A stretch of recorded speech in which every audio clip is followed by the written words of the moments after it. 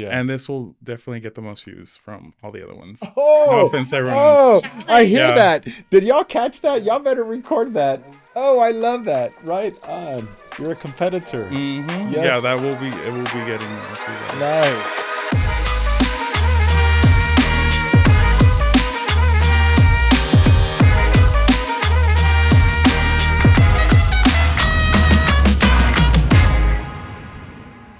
Bienvenidos, mi gente, and welcome to another episode of Charla Con Chávez, the podcast where we get to highlight our amazing, trailblazing, change-making students at Our Lady of the Lake University, OLLU.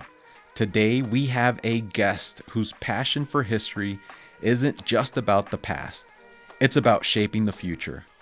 He's a McNair Scholar, a first-gen leader, a history powerhouse, and honestly, if OLLU had a Mount Rushmore of academic excellence, his face might already be on it. Please welcome Steven Engbrecht. Steven, welcome to Charla Con Chávez. Let's start at the beginning. So you're from El Paso, Texas, or El Chuco, Texas. Mm-hmm. You come from humble beginnings. How did you end up at Our Lady of the Lake University? Well, I had he was my teacher before he became my coach, but a tennis coach, and he actually recommended it. He really he pushes his students to leave El Paso. That's his big philosophy. He wants students to experience going out, even if you come back afterwards. I guess experiencing that independence is something that he really emphasizes. So I like San Antonio. I've been vacationing here for a while, so I think looking at schools over here, I really liked OLLU's philosophies and what they offered, and that's how I ended up here. And what's your major? I'm a history major. Okay. Mm-hmm. And so it's my understanding that history has always been of interest to you, and it's always been your thing. How did you become interested in history? I mostly just was always good at it. I always enjoyed learning about history. It was always something that I excelled at in school.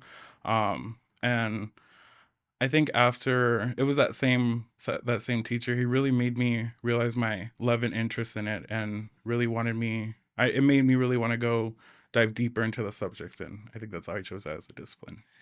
And are you always attempting to tackle big questions within the historical context? I like looking at bigger questions regarding social history. Okay. That's one of my interests.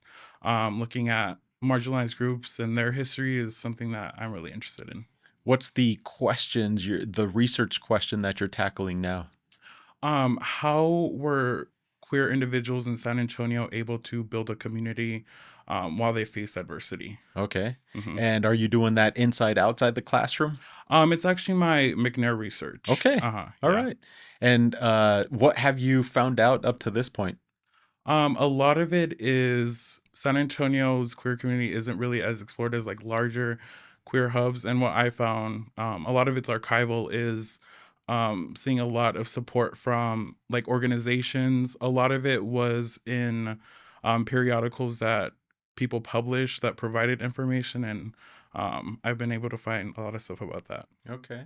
And so how do you think that San Antonio is shaped today, and how might San Antonio be shaped tomorrow, just based on the research that you're conducting? I think that San Antonio has a really strong foundation.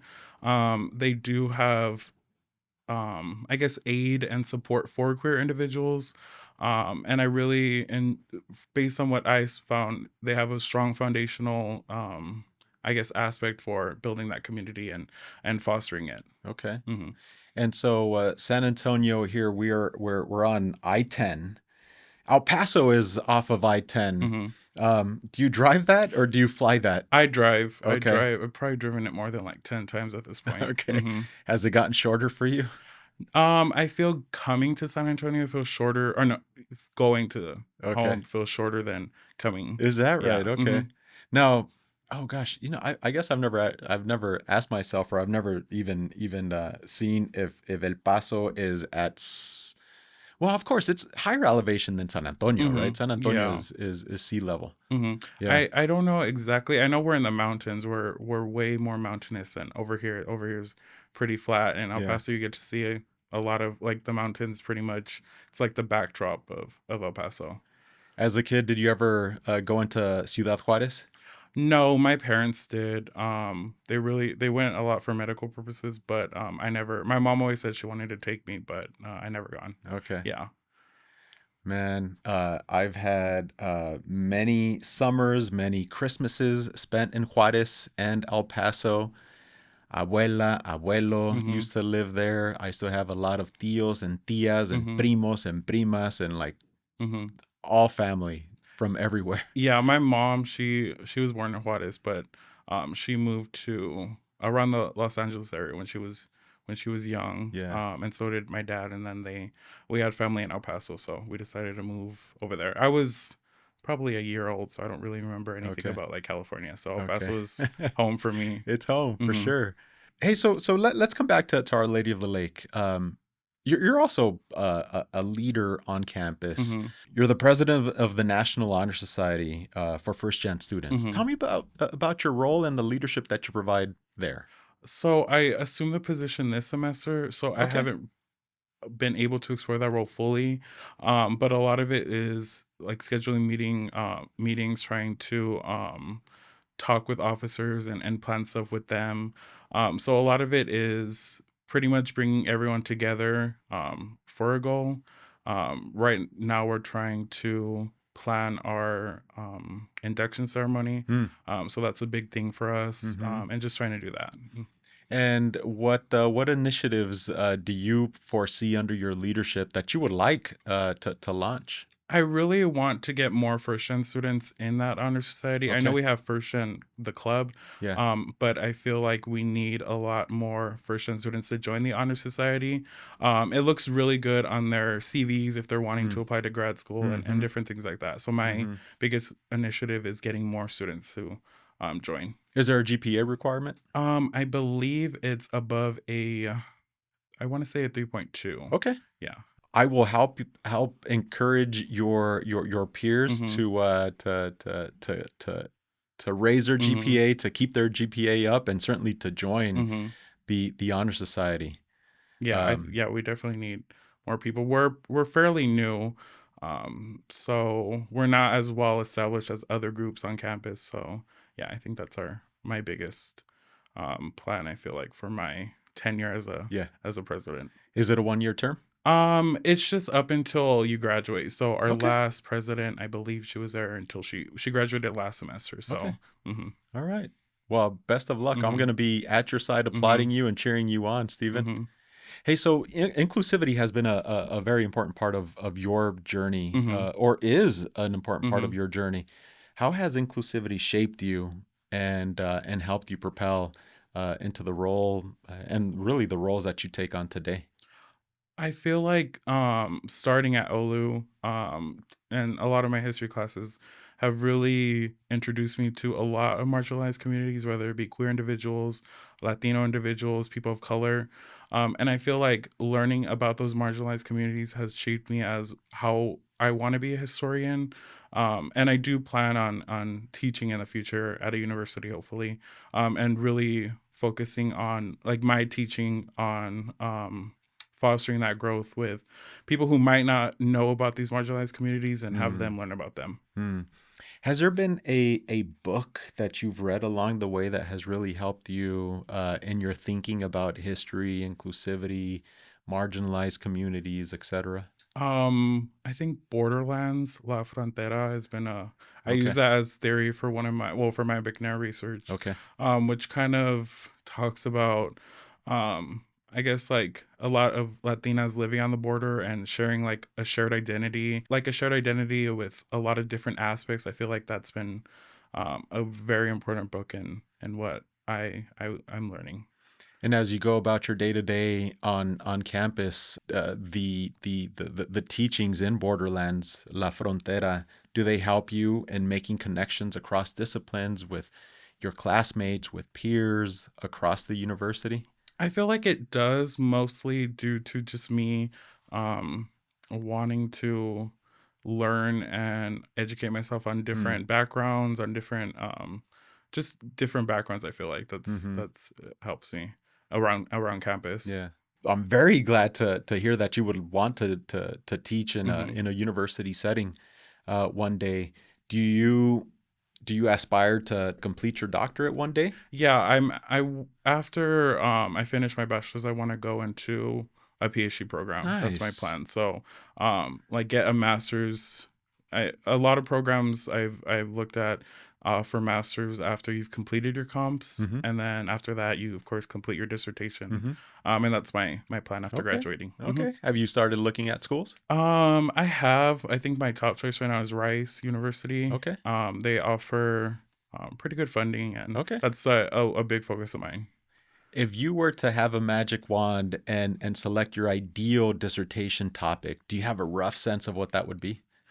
I would want to focus on social history. I'm not sure if I want to expand my research now in McNair to Texas in general Okay. as a queer hub, or focus on another marginalized group or community or Mm, different thing like that. mm, But it definitely would be on the emphasizing social history. okay. Hmm. And so do you aspire to stay in Texas? I do. Yeah. Yeah, I feel like Texas is my home. I Yeah.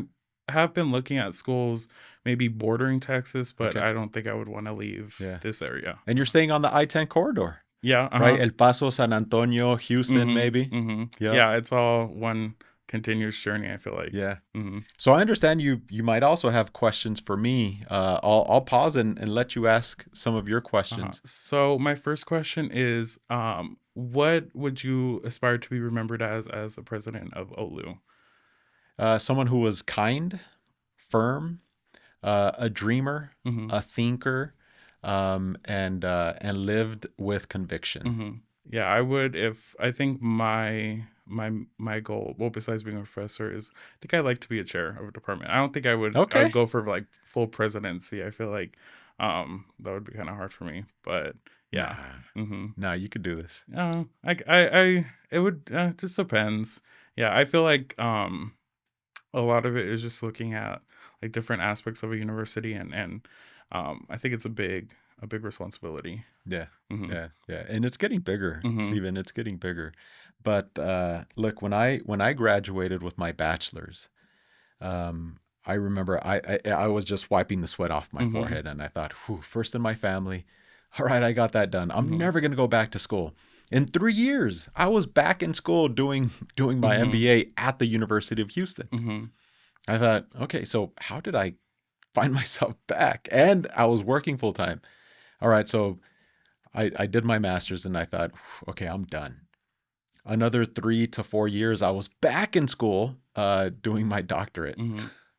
Yeah, I feel like a lot of times, especially for first gen students, they get put in positions where they didn't expect it, and it just comes. And not that it was just placed on them, but they find themselves in these positions where they're able to do things that they thought they couldn't. Yeah, And I really like learning about the stories where first gen students are able to complete like a PhD, and yeah, a lot of the times it's, oh, I thought I couldn't do it, and then in a couple of years, oh, yeah, I'm actually writing my dissertation and graduating. I think yeah. that's a really impactful journey.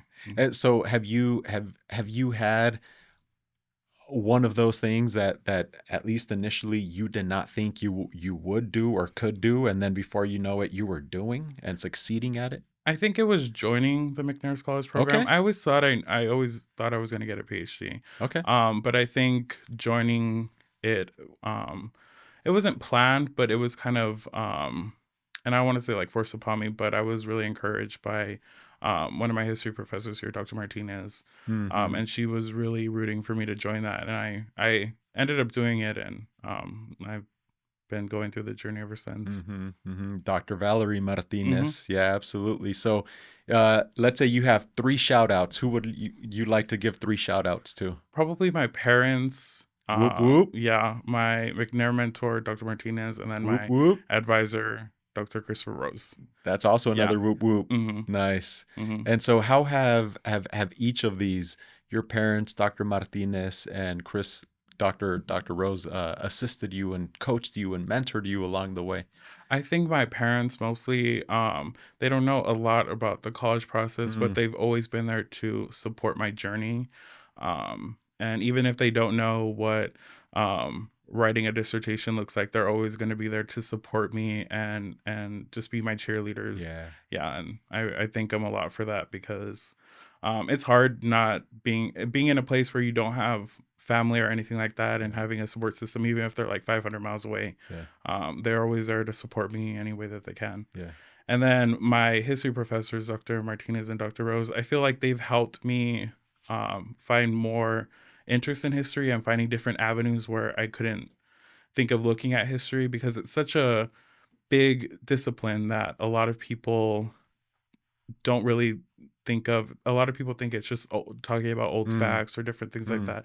But they've helped me learn that history is something that we can use today and introduce to people who might not know a lot about it. Do you have any other questions for me? I do. So my other question is, what would you tell your younger self, after experience being a first generation student who got their PhD?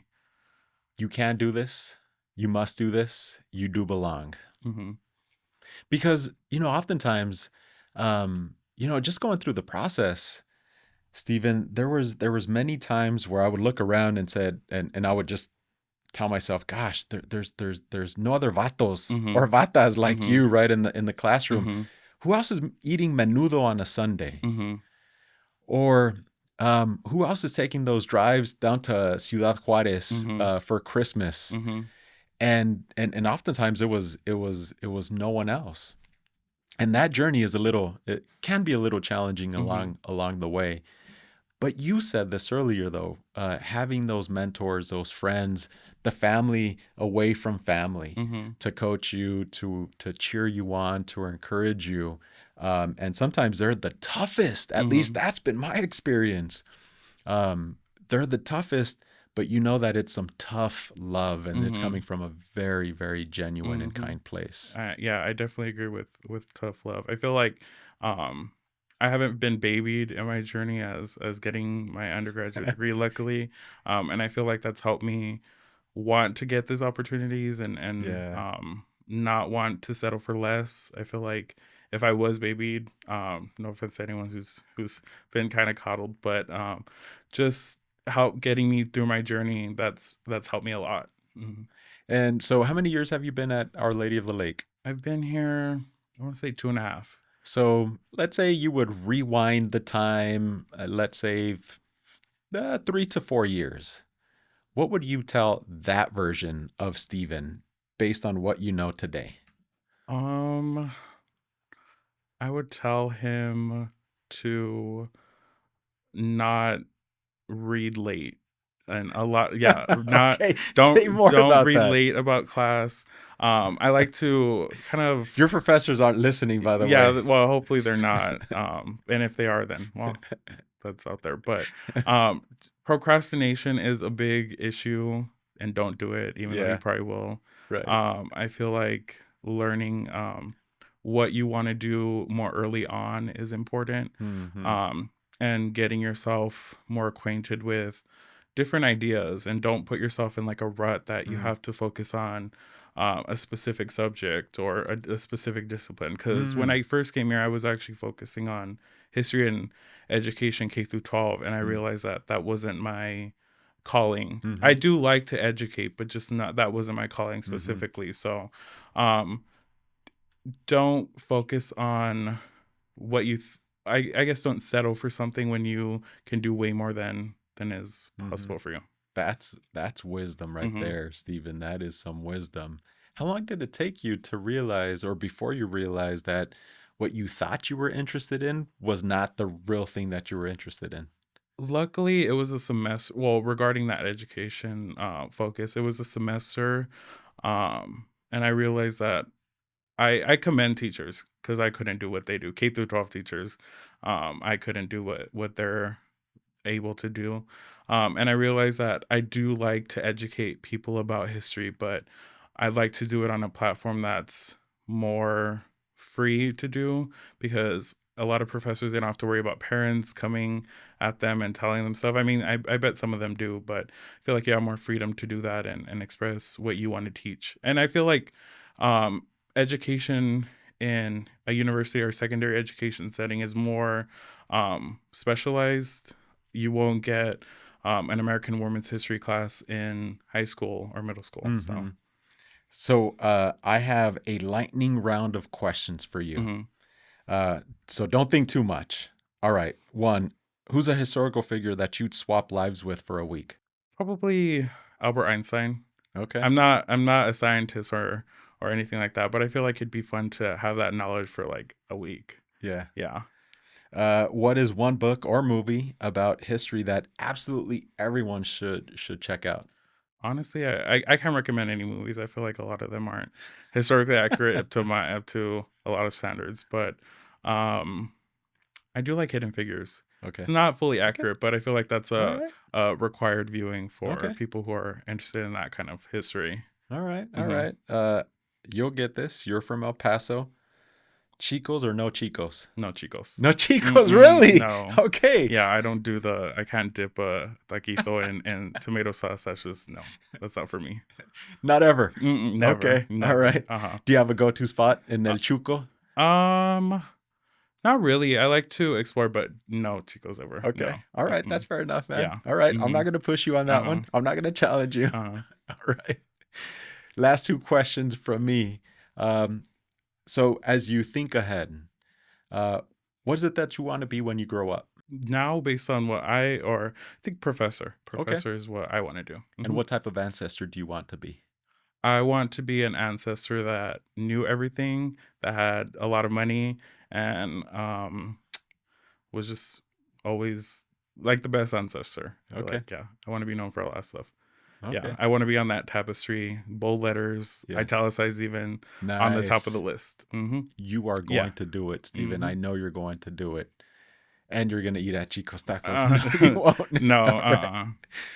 It's been an honor. Thank you, Steven. Thank you for being at Our Lady of the Lake University. Thank you for your leadership, your voice, and all that you do. I so appreciate you, my friend. Thank you. And as a small token of my appreciation for joining me on Charla Con Chávez, I have some official Charla merch for you. Official.